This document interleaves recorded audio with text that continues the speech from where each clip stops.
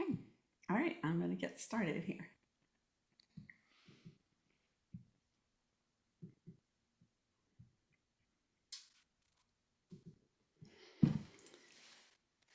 Hi, everyone. So glad to have you with me today as we talk about topics that are important to us as counselors, educators, and as entrepreneurs. My name is Cyndy McDonald. I'm an educator, counselor, and entrepreneur, and I've been doing this for a really long time. These are my Friday forums. I started these during COVID as a way for us to all come together, and now here we are almost 4 years later, and we're still doing this as a way to find community, learn and grow from each other. And that's one of my most favorite things to do, is to bring experts to you so that you can hear from them firsthand and learn and from them and understand and grow.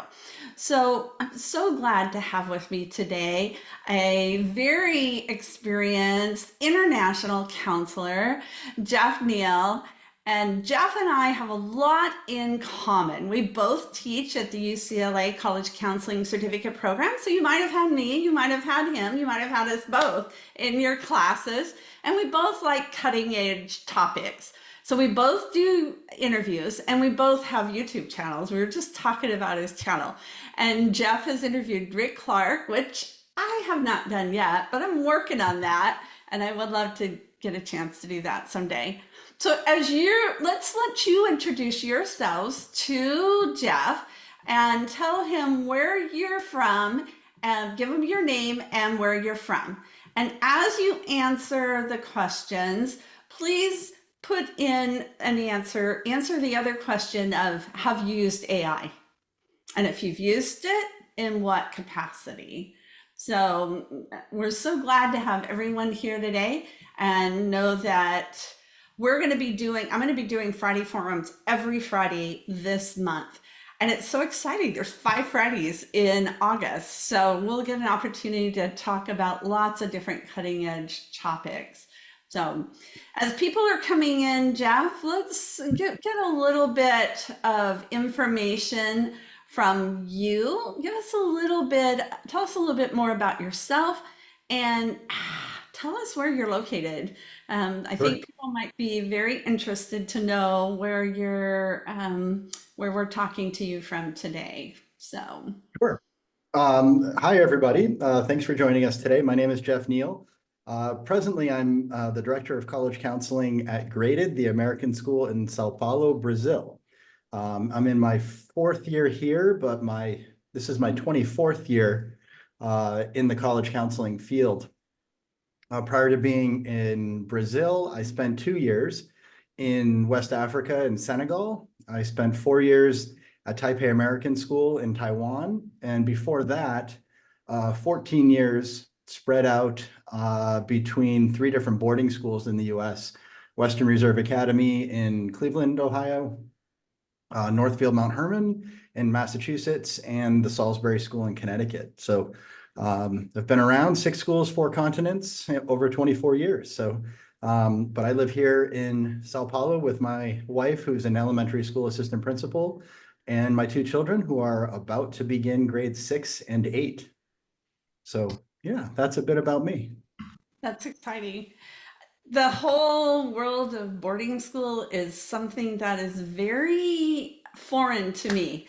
I tell people I'm a cowgirl from Colorado. I have no idea what a boarding school is all about. So I'm very glad to have people and resources that we can go to that know all about that, because that's definitely not something that I've experienced. But having all of that experience and all over the world, I think is just so exciting. Sure. So, so Jeff, you're seeing in the chat, we've got quite a number of people here from all over, and it looks like the experience level ranges from Heidi, who's using AI frequently. Some people are saying not really. My team is Michelle. So what is your sense of where, counselors are in terms of AI at this point? Yeah, it's there's really a wide kind of spectrum. I think that's just the sort of the zeitgeist of today being, there's a million other things occupying our time and attention, from FAFSA to, Supreme Court decisions, to just, the lived reality of the children sitting across the table from us. That, I think artificial intelligence is one of those things that can be incredibly valuable, incredibly powerful when used appropriately, but it takes some time. It's definitely something that you need to put time into to become effective or competent at. So um, it's one of those things that I think that's always an obstacle for college counselors, to sort of incorporate something new into our already busy and stacked lives.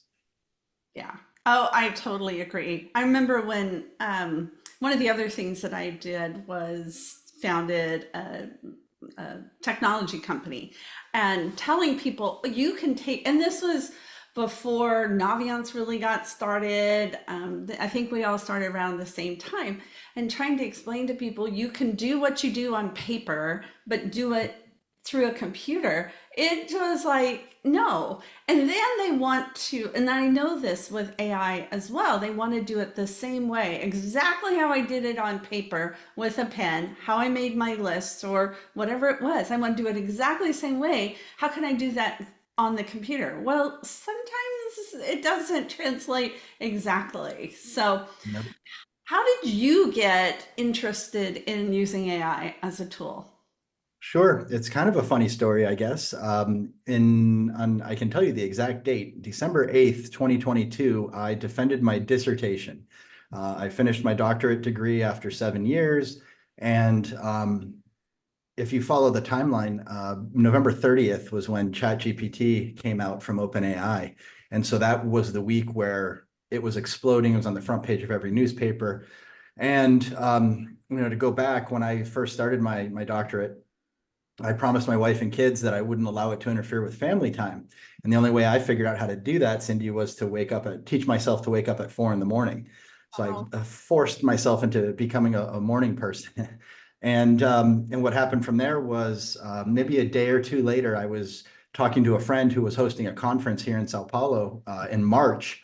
And he said, I think counselors are getting tired of, like, here's a presentation on writing letters, or what are, likely schools for B students and things like that. I want you to present on something topical. And I was like, artificial intelligence. And he said, that sounds great. Let's go with it. In hindsight, and talking to him and reflecting back, he had no idea what I was talking about. But essentially, there I was with, still waking up at 4 a.m, having made myself a morning person, not necessarily having so much to do. So I really kind of dove into artificial intelligence. And the way that I say it all the time. It hooked me right from the get-go, because, like so many college counselors out there with limited resources, limited time, and the hefty expectations on our shoulders, I am an efficiency junkie. I love to I've always been that way, finding ways to use those tools at our disposal to do my job better. And the first thing that grabbed my attention was artificial intelligence, and using it to aggregate the information that we use to write our letters of recommendation. So that was my first sort of obsession. And it's kind of evolved since, subsequently, and um, kind of taken on a life of its own. If we count conversations like this, Cyndy, this is I think my 72nd presentation since March 10th of 2023. So, on artificial intelligence. So it's taken on a life of its own, like I said. it certainly has. You're going to have this inscribed hat that you're going to wear that has all of that. So you've seen it develop from the very beginning. Where do you Sure. see it going in the next like 5 years? What do you expect to see happen based on what you've seen before? Yeah, well, I mean, I think the first and foremost, the technology continues to get better and better and better. What I see happening, and it's already happening in lots of different ways, some of which I can talk about, some of which I can't, is it's, the ChatGPT, for example, is what they call a large language model. And now there are these other sort of subsets that are being developed that are specifically tailored for very specific purposes. So you're beginning to see some of these tools come out germane to the college counseling world. There's the College Genie. I always forget what it's called. I think it's collegegenie.ai. Maybe it's collegegenie.com. It's a tool that's trained on college counseling data to help students who maybe don't have a college counselor. Um, we spoke beforehand about Brennan Barnard and Rick Clark, and they do a lot of work with College Guidance Network, CGN, and they're developing a tool called AVA that's specific for college counselors. And I know of at least 2 other projects where they're working on those sorts of things. I've been working with one program that is tailored to low-income first-generation students who they're trying to find tools to help them cultivate lists, these free tools. So that's really where I think things are going in terms of artificial intelligence. It inevitably comes up. Do I think that artificial intelligence will replace a college counselor or independent consultant? And I really don't. And a lot of the research has suggested that those jobs that are dependent upon interpersonal relationships and interactions are fairly impervious to artificial intelligence. It doesn't mean we're not going to have to learn to do our jobs differently, though, which is, I think that's really ultimately what my answer to that question is. We're going to have to learn how to do our jobs a little bit differently when, I remember the nascent days of Google, which changed an awful lot the way that I could go about college counseling when so much information at a student's disposal, so easily accessible, so readily available. I stopped needing to be the font of information, which I had so long prided myself on. Like, I needed to be the answer guy. They asked a question, I needed to know the answer. That's no longer really the case. And I think artificial intelligence is going to change that dynamic in a very similar way. Mm-hmm. Oh, I think so too. I remember having filing cabinets of brochures and things on whichever college a student was interested in. Oh, I can go pull that out. And now those are all gone. We don't need all of that. So that goes Mhm. back to your point on efficiency. So what are other ways? You've mentioned letters recommendation. Counselors that's such a time sink for them to find a way to make that more efficient makes total sense. We as IECs don't write letters recommendation, so we appreciate Right. that's a tool and available. But what are some other ways that you see? Sure. So a million different little ways, and that's really, I think, the name of the game in so many ways when it comes to efficiency is, yes, there are these ways in which, we previously would spend 3 to 5 hours writing these letters of recommendation. And personally, now I'm down to 35, 40 minutes, which is dramatic difference and time save. But at this point right now, it's really the little things. So on one hand, I talk about all the time about an app called Finito, and Finito is a platform agnostic app, meaning it's installed on your on your computer, but it works on everything that you do on your computer. And it's basically just an interface that accesses ChatGPT, so you can create custom prompts. I use it, for example, all the time. My Portuguese is pretty good, but Mm-hmm. not great, living here in Brazil. So what I do is, I'll be WhatsApping with our, nanny or housekeeper or something like that. And I will just use it to translate back and forth, rapidly. It's little things like that. I've also recently become obsessed with a tool called Email Triager, Triager.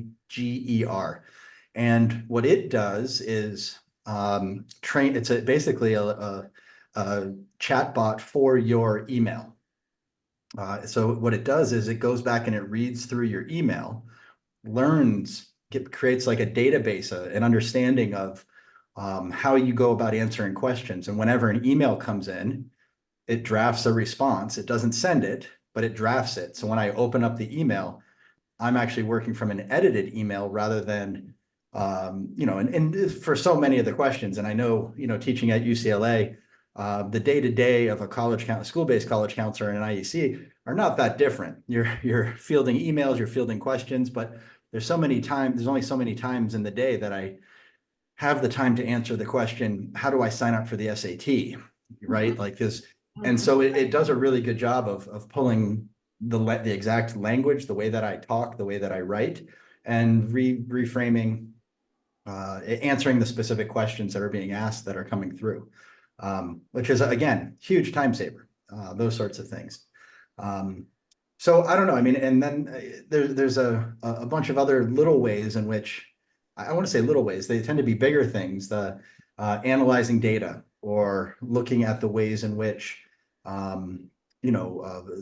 mentioned earlier the idea of list building. I spent about an hour this afternoon working on a prompt with a not-for-profit that helps underprivileged, under-resourced students try to create the prompt to help them build lists that help that prioritize financial need. Schools that can help a student who's needy produce a balanced list, likely as possible as reaches and so forth. So there's always something new on the horizon. There's always something new and exciting to test out. Sometimes I just go back and look through my ChatGPT history to kind of see the rabbit holes that I've jumped into and lost myself in. But so yeah, there's an awful lot out there. So, Also, just this morning, let me also share this one, which was really exciting. I knew I was forgetting one that I wanted to reference. I spoke with a gentleman out of India who's developed an artificial intelligence platform that tutors the SAT. It asks you to take some practice, a short practice test, and then teaches you based upon the responses how to answer them appropriately and improve your scores. And that one's called Edficacy. So it's like oh, efficacy, but advocacy. mhm. So it's EFICACY.co. And I mean, it's not free, but it's like the most expensive package they have is like 18 US dollars. So Wow. it's remarkably inexpensive. So I'm really excited to give that a whirl. And thanks, Kate, for putting that in the Hey, chat. the chat. Yeah, Kate, thank you for being our Carmen today. Carmen's not able to be with us, so that is, and it looks like Kate's already on your newsletter and Yeah. using it every day. So looking forward to Ava. Yeah, I'm talking with somebody next week who's created an AI for students to help them identify their strengths and their interests and then direct them to passion projects and things Yeah. like that. So there, it's interesting to see the versatility and just, I mean, AI can be used in so many different ways. It's just limited by our imagination. It's So, sure, that's exactly right. And people often ask, there's this underlying question that comes up, Cyndy, about, are we, in using artificial intelligence, are we depriving students of essential learning opportunities? Or sometimes people will ask about like depriving them of agency. What I find though is that when I have effectively used artificial intelligence myself or with a student, I've really just pushed myself further on the timeline continuum so that when I sit there with a student, we're much farther along in the conversation than we would have been otherwise. It allows us to get to more substance and less sort of, I think, routine, rote kind of practices and things like that. From essays to lists and to research, students showing up with a far more, I think, robust background in whatever we're talking about. mhm. Yeah, yeah. I'm excited to be able to use it more and more. I haven't used it with students a lot, but I can certainly see the potential.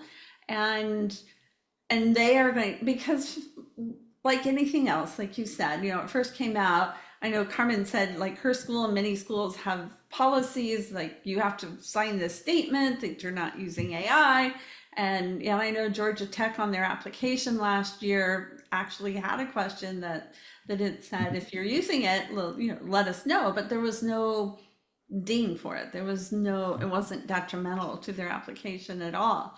Right.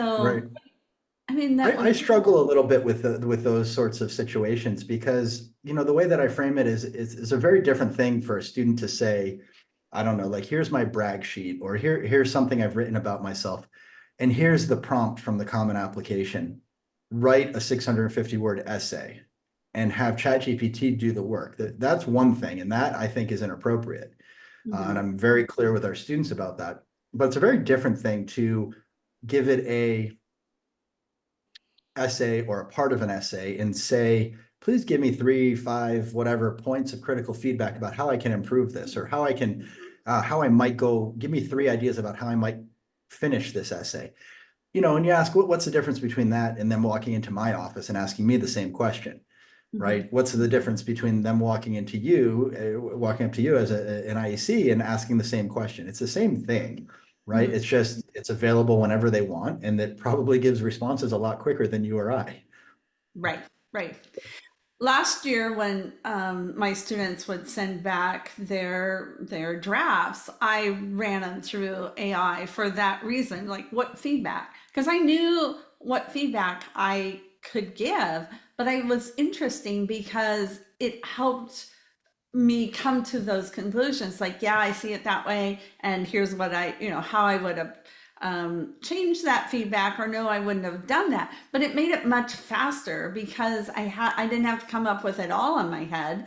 I was able to trigger those responses. So I found that very interesting. Yeah, and I think Kate again makes a good comment. I mean, it's when we're talking about this, it's important to think about the safeguarding and Mhm. sort of guardrails that we put in whenever putting in anything that's personal or confidential or private or that isn't yours. I really encourage um, people to turn off the sharing feature within ChatGPT, which is pretty easy to do. It's a toggle switch, and that is supposed to keep it from going into the large language model, which it trains itself on. So it's definitely a good point. Thanks for bringing that up, Kate. So let's talk about that a little more because I know that is a topic that really comes up is what are the ethical considerations that we should keep in mind and putting because right now it's the wild wild west and we Yeah. know everybody's thinking about it. I mean, you're in Brazil. I'm sure there's a different approach there. The U.S., the U.K. They're much more conservative in terms of those approaches, and the UK much more careful. So, what are some things that you've heard or thought or experiences you've had with that? Well, I mean, I think anytime any tool that's ever come about has made the lives of somebody easier, there's always been a question about ethics. And I think it's really important, and I don't say that to sort of dismiss the question as, just get over it. It's not that at all. Is that I actually think we really need to lean into those ethical questions. When it comes to ethics, I think that, as I already referenced this, but pawning off work that was created, text in particular, that was created by artificial intelligence, that it, as your own, it is a problem. And that's the sort of fundamental ethical consideration. But there's a lot other there's a lot of other questions out there that I think people need to become more familiar and understanding of. When you start talking about ethics, you start kind of going down that path, as I just suggested, about confidentiality and privacy, what's going out there. There was in the early going, as artificial intelligence, different LLMs started to develop, and they had to make mistakes in order to figure out how to do things best. But some of there was a point where information that you put into ChatGPT was showing up in Google results. So you would type something in and then search about it, and it would pop up. They've resolved a lot of that, so it's not quite as open as it was. But it is that question about, if you type in I talk an awful lot about using artificial intelligence to draft letters of recommendation.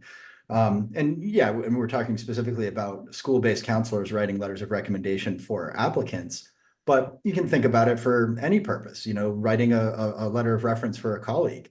Mhm. If you don't turn off the sharing feature, essentially, you're running a risk, right? And so, our practice typically, because we do use artificial intelligence to draft those letters, we do two things. One, we actually do a search and replace for the student's name in the data that we feed into it to draft the letter.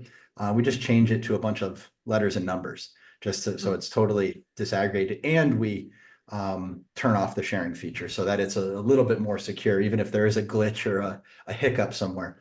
And that works pretty well. But then, sort of building on that from the ethics perspective, we've had many, many conversations with, for example, college admissions officers. This is what we're doing, and we've showed them the products and the output, and they're not opposed to the idea of using artificial intelligence in this way. So, it'd be interesting, and I don't know if that's necessarily ethics, but it's something, sort of a resistance to the technology. If they were coming back and saying, don't use it, it's not right. Mhm. Right. And it's artificial intelligence. So it's, the questions that often come up are, don't all your letters sound the same? No, they don't. And that's one of the beautiful things about artificial intelligence. They don't. Actually, we proofread in my office, there's three of us, and we proofread all of each other's letters. And we get sick and tired of reading each other's letters because they do start to sound the same, Sure, even if sure. they're different kids. And Mhm. we actually overcome that by using artificial intelligence. So, but yeah, the ethics is something. It will continue. There will be new issues there. We should continue to have these conversations. Mhm. What about letting parents and students know that you're using AI? Um, Sure. I how personally think transparency is essential, and we tell them and we show them, mhm, that this is what we do, and we also show them, the proof is in the pudding. It's the responses from admissions representatives about our practices, so that they understand and they know that what we're doing is not to their child's detriment. So it is. I do think transparency is really important. There's a movement, among some college counselors that do the same thing, to basically cite that they've used artificial intelligence. And we don't do that, but we talk about it all the time to people, so that's a question of, citing your source, are you using it, or not? But I don't know. I mean, I don't know where I come down on that one. I don't think I'd be opposed to putting that, mhm. on a letter or in a school profile or something like that. But, I don't know. That one's a little bit more evasive. Well, I think it's going to get to the point like we're now, like when Google first started, as you said, that was such a novel thing. Well, do you put down, oh, I use Google to find this information? Now it wouldn't even occur to you because it's such a normal part of our everyday life and online. And again, this year, working with my students, I they didn't really have to go to the websites to find all the information. We did that to go a little deeper, but many of my students would put in information, things that they wanted to know, and it would just pop it up. And so just Sure. having that, smart search, it wasn't even AI, but it was amazing to me to watch my students use it in those ways. So, You asked earlier about sort of developments and what's coming, and just this past week, OpenAI released that they're actually creating a search engine, that's going to be mm, artificial intelligence based, and that's the new wave. You can sign up for it. I forget what it's called, but if you go to OpenAI, you can search for it. But you have to get on a waiting list at this point. Oh, Kate got off the wait list before me. So good job, they're rolling it Kate. out. And it's Search GPT. That's right. Thanks, Kate. And it's one of those things that, they want to compete with Google. Mhm. And, I can't imagine that the technology of artificial intelligence won't put it too far off right out of the gates. So that'll be an interesting development to kind of see how that goes. So, Jeff, are there other tools? We talked a lot about Chat GPT, and it's well known because it's the free version. But is security and things better, and some tools that maybe you pay for? Like I use Jasper because that's was the first thing I was introduced, and it's much more of a marketing, PR type of tool. But that's what I used with the essays. So is that bring another layer of security if you're paying for a system? Yeah, often, not always, but often, it's, like ChatGPT, for example, just because you pay the subscription fee, I think it's $20 a month, maybe 25 now. Mhm. It doesn't add any additional security, right? But like I said, I use the pay version of email triagure, that the link that Kate shared. That does provide an added layer of security and protection. It is closed just to my data. So it does kind of depend. One of my other really favorite tools to use is perplexity.ai.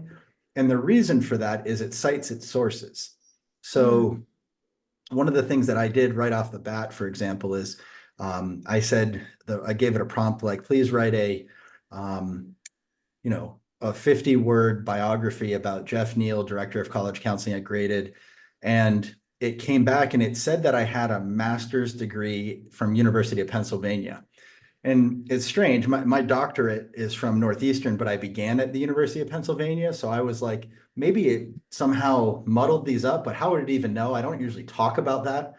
But all I had to do is click on the source. And what it did was, for some presentation I was at, my bio was here, and immediately above it, the very last line was, and she has a master's degree from the University of Pennsylvania.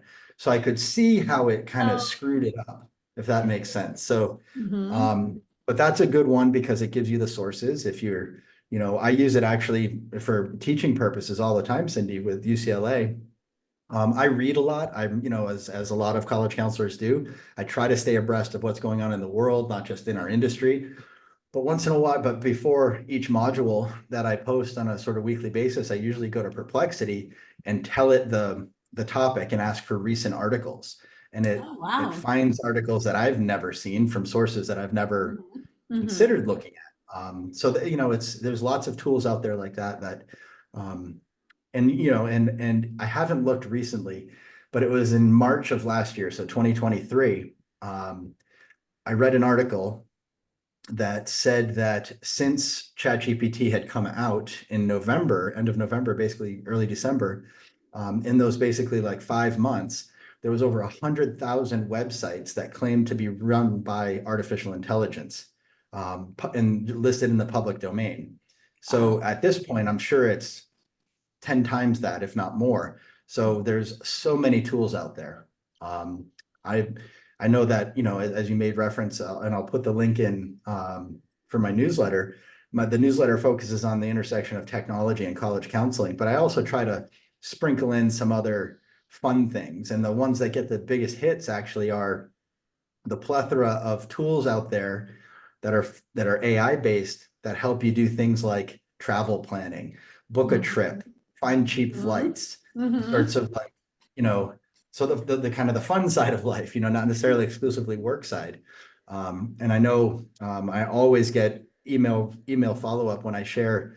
There's a gazillion tools out there for interior design Oh. where you take a picture. Some of them you do like a 360 video of a space, and then it kind of renders a 3D image, and you can move things around, change the colors, change textures, things like that. And I know some people have really gone down the rabbit hole on some of those particular tools. But I always hear about it, that they follow up and write to me and like, yeah, and there's something out there for everyone is kind of where I've come to in Hmm. this journey. Hmm. Oh, I totally agree. And you have the same approach and philosophy that I do. Instead of being afraid of it and kind of being ahead, putting our heads in the sand and ignoring it, is to embrace it and explore it and see how we can use it, and For how it can sure. be beneficial. So, what about somebody who's not technologically inclined? Do you have any advice or suggestions? Are there courses? Are there ways to help integrate AI into a practice if you're There, not? there are a million courses out there, some for free, some for fees. But what I've found and what I've heard from others, even including some people that teach some of these courses for beginners, is that the best place to start is really just going to, say, ChatGPT or Perplexity or whatever, one of the other million tools that seem to be growing all the time, and just test it out. Just start trying it. It's a lot more intuitive, I think, for those who haven't used it yet, particularly those chatbot style interfaces where it's responding to human language. You don't have to know coding. You don't have to know anything technological. Just give it a command, ask it a question, and then, I think the next step, which is like a 1.5 on the sort of sequence, is then you have to learn that it's all about iteration. So you have to continue to ask it questions. It is like a conversation. It's much more like a conversation than Google. You type in Google, it doesn't give you what you want. It's because you didn't give it the right search query. ChatGPT, you ask a question or give it a prompt and a command, and it doesn't do the thing the right way. You can tell it didn't do it the right way and that you wanted it a different way, and it'll apologize and then go on and try to try to meet your needs, your demands. So those are the two kind of things. Is like you just got to dive in. You just have to give it a whirl. And two, remember that you have to iterate. It doesn't always, like a human, we don't always get the question right the first time. Right. Sometimes you need to ask it follow-up questions or give it further commands. And that's different for a lot of people. That seems foreign. Well, and I think one of the things that took me a while to wrap my head around about that as I've played with it is you're used to computers not remembering what you said before. And so it's intimidating to think, oh, I've got to come up with the exact right question. I've got to know exactly how to prompt it. But it's more than that because it'll remember what you said. So, for example, I'm building a college list. Well, give me a list of electrical engineering programs.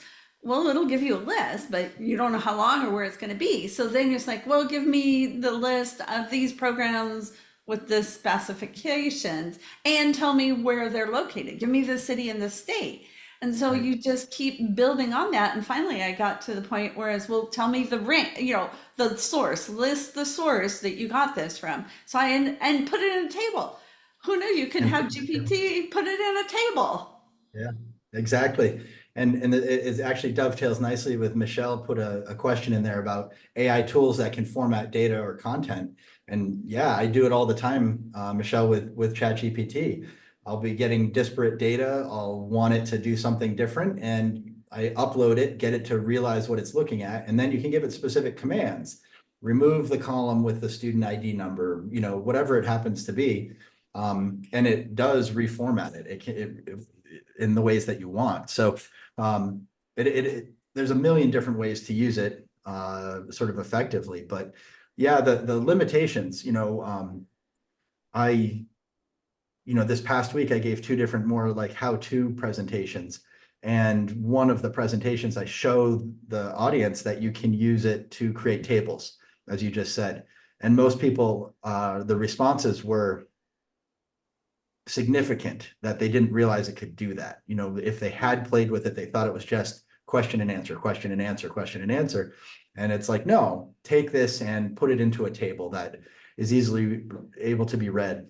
Some of the development in the technology in the early going when sort of it added the ability to create tables, for example, they were not easily copy and pastable. And so they fixed that, and they've added these other things where you can upload documents, allow it to sort of make sense of them. And now at this point too, it can create charts and graphs and that sort of thing. So it is growing all the time in terms of the breadth and capacity of what it can do. Mm-hmm. So I'm seeing it used, I mean, every time I log into a tool or resource, I'm getting AI, Zoom, CRMs, all these different places. Are they using it in like Naviance or some of the other college counseling tools yet? Have you seen? So I'm part of the Naviance exodus, having been overseas in 2017 when Mhm. they stopped allowing us to use it. And so that's kind of exploded all the other tools out there. Mhm. We currently use Maya Learning, but we had previously been using Cialfo, and Cialfo has a chat bot, also called like Eva or something like that. That was pretty interesting, pretty effective. I do understand that talking to people who are far more in the tech industry that it's really the thing of the future. It's if you, Mhm. everybody's trying to find ways to get on board with it, to streamline functionality, to streamline efficiency within their systems, often in ways that you and I wouldn't know or understand. It's more on the back end. Um, but I heard that, Slate, um, which is the software that most universities in the US use to read applications, has an AI detector tool built in now, and it also, and they're finding ways to use AI with some of the data that they use. As I under, I don't use Slate, so I've only heard this from other folks. So Mhm. interesting. It just does. It seems just to be the train that everyone has to get on at this Yeah. point, Oh, yeah. lest to be left behind. Oh, and it's great. I mean, support tools have been using AI type of things for a long time, and now they're just totally being enhanced. So, Right. Sarah has a good question.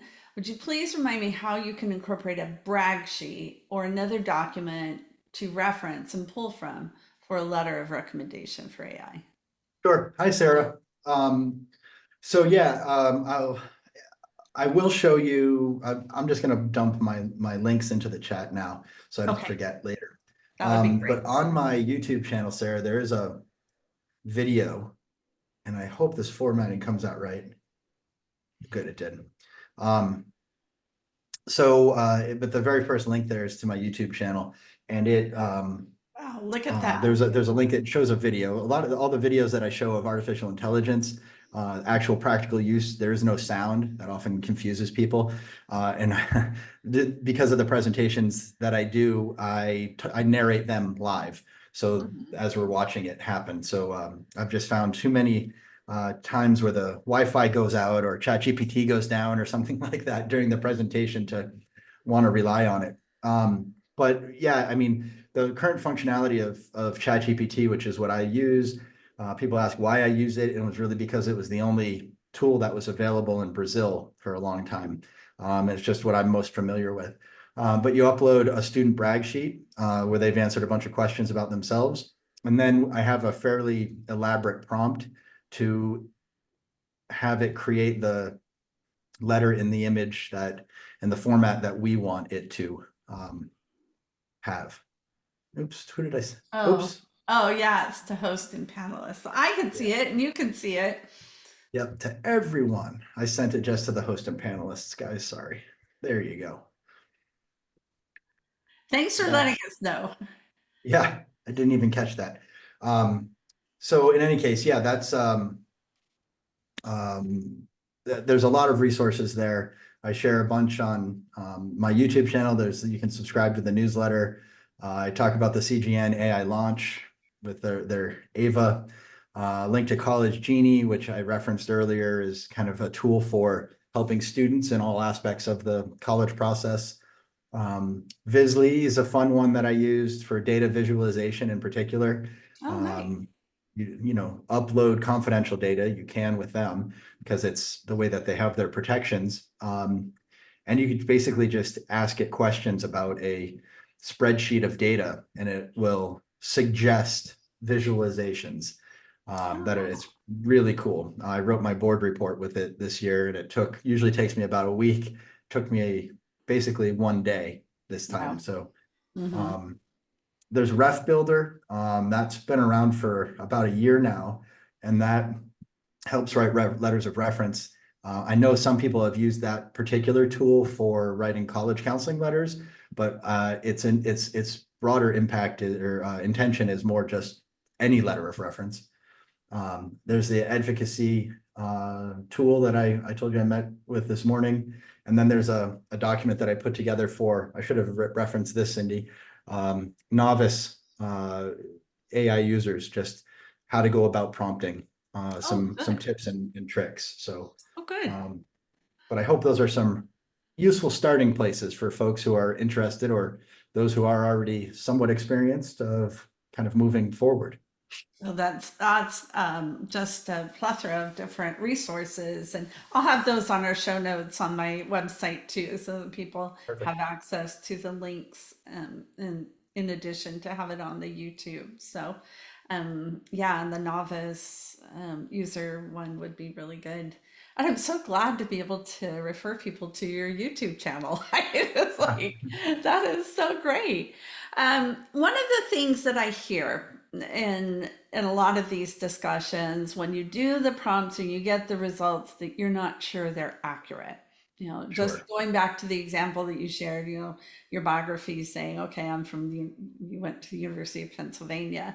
How do that almost feels like it negates the time if you have to go back and check everything Sure. for accuracy. So how do you manage that? How do you handle It that? certainly is a problem. What I have found, and done a little bit of, I've found this in my readings as well, is when it's using a particular data source, Mm-hmm. when it knows that that's where all the data needs to come from, whatever it happens to be, a student brag sheet, a spreadsheet, whatever it is.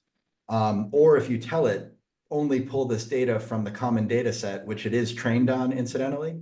Oh, Um, nice. yeah, I haven't found it in the term they use is hallucinate. I haven't encountered it hallucinating. When I have, it's more those general questions. You go and use your own devices and your own sort of thought process to go off and try to find an answer to a question or to produce something. That's where things get a little bit more wonky. Um, on the YouTube channel, there's a video showing sort of basic.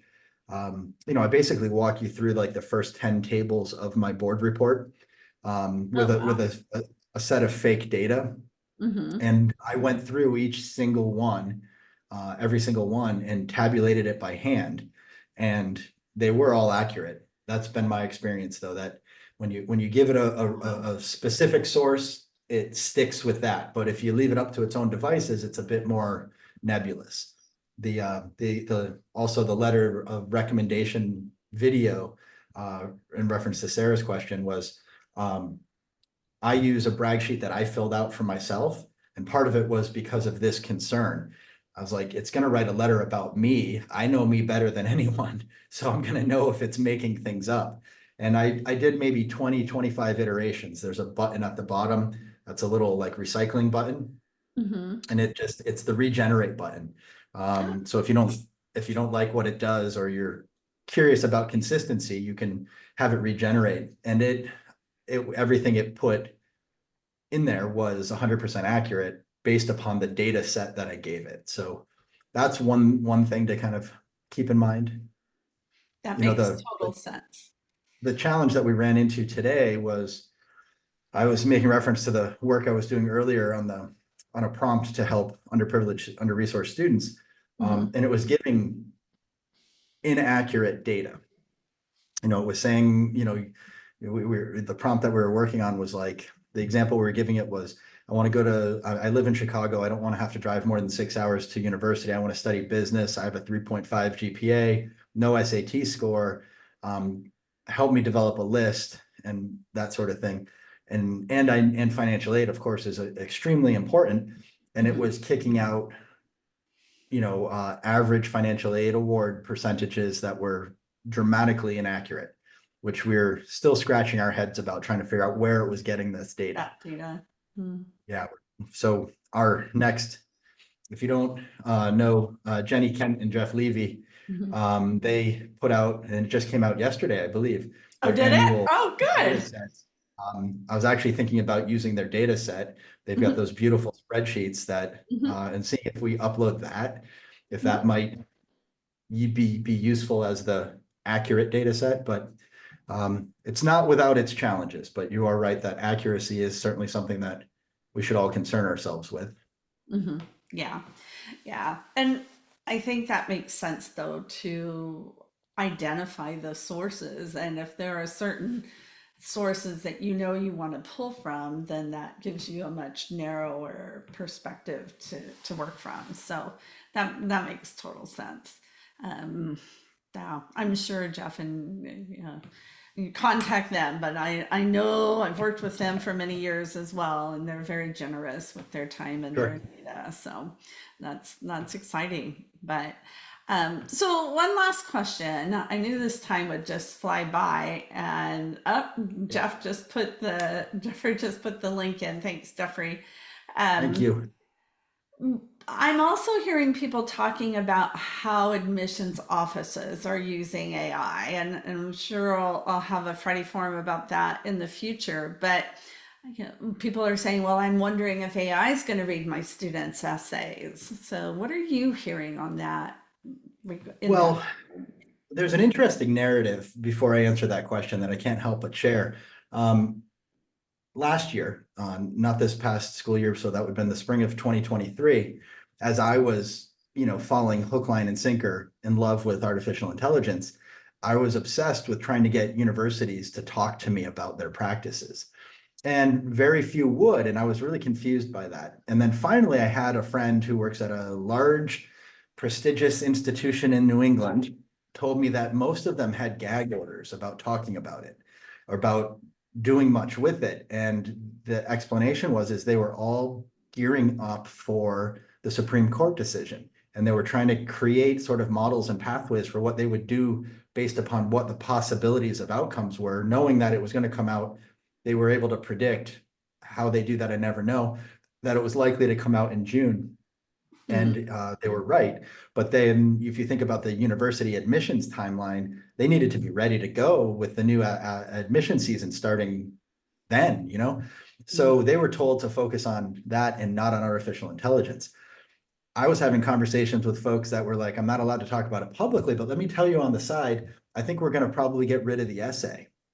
And we're not gonna ask an essay. If everyone can write an essay using AI, what's the point of it anymore? And they were having these like very informal, you know, interesting discussions, but not permitted to talk about it openly. And then the Supreme Court decision came out, and I think in many ways, in following up with some of those individuals who said their institutions were thinking about Xing the essay, that because of the Supreme Court decision, they found that that was going to be the only way to learn about sort of essential information, including race, about a student, was going to be through the essay. So then, evolve that a little bit, and then you see things like Duke University removing the essay from the evaluated part of the application, where they no longer assign a point total. They still ask for the essays, they still read them, mm. but they're not a part of the evaluative metric that they have to rate candidates. So yeah, so I mean that's been a pretty interesting component. And I'm not going to lie, I started on this for a reason. You asked the question, and I know that wasn't the answer. What was the question? The question is how do you see colleges using AI in their Oh, admissions right. office, like to read the essays? That was the particular. So I think the world of artificial intelligence took off at that point, and nobody was really keeping up with it. Mm-mm. At the time, Georgia Tech, Virginia Tech, and Boston University were the only ones that had an AI policy about student use in the application process. Now everyone does, not everyone, but many places. And so they were just kind of behind they were lagging, right? Behind the curve a little bit. And now, if you're a NACAC member, Emily Pacheco has started a special interest group, SIG, for artificial intelligence for basically the college side. So she's I don't know if she's still at Loyola Chicago, but that's where she was this past cycle. Mhm, Um, but that's one way, and part of the reason, as I understand, that she created that SIG was to get more people talking about it. mhm, What do I think will happen? I do think that universities will double down on the human component of needing to read it. But I do think, for example, there's an easy way to do kind of a double reading system where one of the readers is artificial intelligence. And I can see that possibility coming. I can see somebody thinking that that's a good idea. We still have a human reading over here and evaluating, but we're also going to have AI do it. And so that's an interesting question. They're often asked about AI detectors, and they're never going to be foolproof. yep, There was in the early going, they've subsequently removed this particular tool, but in the early going of my presentation, I would show them, I would type live and interact with the audience and ask them questions so they knew it wasn't like memorized text. And it would always be 75% or more likelihood that it was artificial intelligence written. And it was, but they were watching me type it live, so they knew it was not uh-huh, right. So uh-huh. those are much better, but as it gets better, artificial intelligence gets better. So it's almost like useless cycle. Yeah. And as you said, as the technology gets better, it's going to get more precise and more sophisticated and nuanced to the users. My daughter introduced me to the concept of human design. It's even more than user experience. It's looking at the humans and how we interact and things of that nature. So that's another thing I'm going to be pursuing and learning a little bit more about. So, well, Sure. Jeff, thank you so much. In Of closing, course. what advice would you give to counselors? What would you tell them? I know it's time consuming. It's another thing on our plates. It's another thing on our agendas, but lean into this because I come at this from kind of the responsible use. A part of our obligation as educators, all of us, is to demonstrate effective and responsible use. And if we haven't used it and we're not familiar with it, how can we actually provide that model and that guidance to our students for their effective and responsible use? So it is time consuming, yes, but it can save you time Hmm. um, in lots of a myriad of different ways. So my advice ultimately, Cyndy, is lean into it. Hmm. I agree. I agree. Thank you so much. And it looks like Sarah just posted a really quick question about should we worry about AI detectors on the college side? Is that something we should? Yeah, I mean, it'll be interesting to actually talk to universities as they start coming through this year to ask them. It's one of the top questions that we've got on our list of things to talk to them about.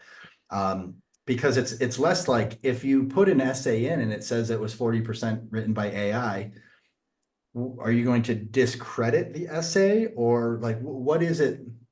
What are you going to do with that? It's not a graded writing sample. You're not going to get docked a grade as you would in class. Are you, what are the parameters that they're going to put in if that's indeed the case? And how can they rely upon the tool that's determined this? Even I just blanked on what the name of the tool was, but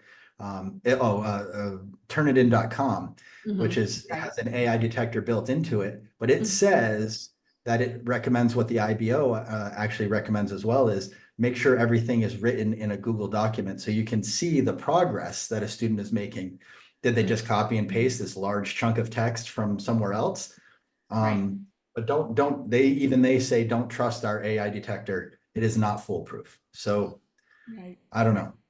I Just knowing think, we're out of time here, I'm also putting my email in the oh, chat if anybody wants to follow up or has any questions later. I'm happy to be of service. oh, thank you. Thank you very much. I think this brings us back to, we as humans are not going to be replaced. Our jobs and our roles as counselors, I love your reference to efficiency because then it elevates what we do instead of just being data mongers. We're really providing more of that high level guidance and direction, which is what we all want to do in the first place. So if it can help me do my job in that way, then Sure. I'm absolutely thrilled. Right. Thank Well, you thank you so very. much. Yeah. Thank you for having me. This has been a delightful conversation, and I hope people in the audience got a little bit of something out of it. I know they did. And I love the support, Kate, Jeffrey, everybody else for being here today. And hope things are well in Brazil for you, Jeff.